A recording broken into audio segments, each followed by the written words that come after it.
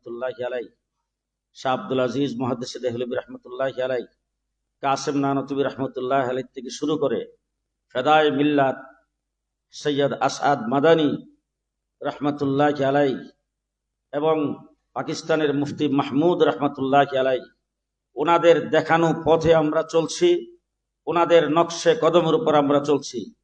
বাংলাদেশ স্বাধীন হয়েছে, সেই স্বাধীনতা যুদ্ধে ফেদায়ে মিল্লাত সৈয়দ আসাদ মাদানী রহমতুল্লাহি আলাই তিনি হিন্দুস্তান থেকে বাংলাদেশের স্বাধীনতার জন্য যে ভূমিকা পালন করেছেন, হযরত মুফতি মাহমুদ রহমতুল্লাহি আলাই তিনি পাকিস্তানের হয়ে বাংলাদেশে এসে এই দেশের জমিয়ত উলামা ইসলামকে যেই নির্দেশনা দিয়েছিলেন এবং পাকিস্তান থেকে দেশের স্বাধীনতাকে সমর্থন করে যেই বিবৃতি দিয়েছেন, যেই ভূমিকা পালন করেছেন, সেই ভূমিকার কারণে দেশ স্বাধীন হয়েছে, আমরা স্বাধীন বাংলাদেশে বসবাস করছি।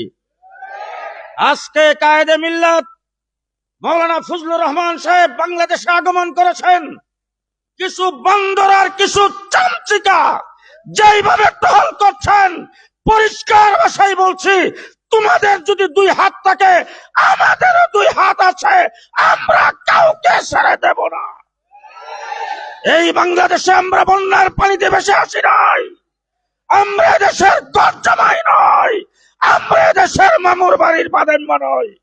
সুতরাং কথা বলতে সাবধান, কথা বলতে সাবধান। হযরত মাওলানা ফজলুর রহমান দামাত বারাকাতুহুম আজকে বিশ্ব মুসলিমের কায়েদ, উনি আজকে বাংলাদেশে আসাতে আমরা মনে করি বাংলাদেশ ধন্য হয়েছে, আমরা ধন্য হয়েছি। নাসরুম মিনাল্লাহ, ফাতহুন করিব, আবাশশিরিল মুমিনিন। আসসালামু আলাইকুম।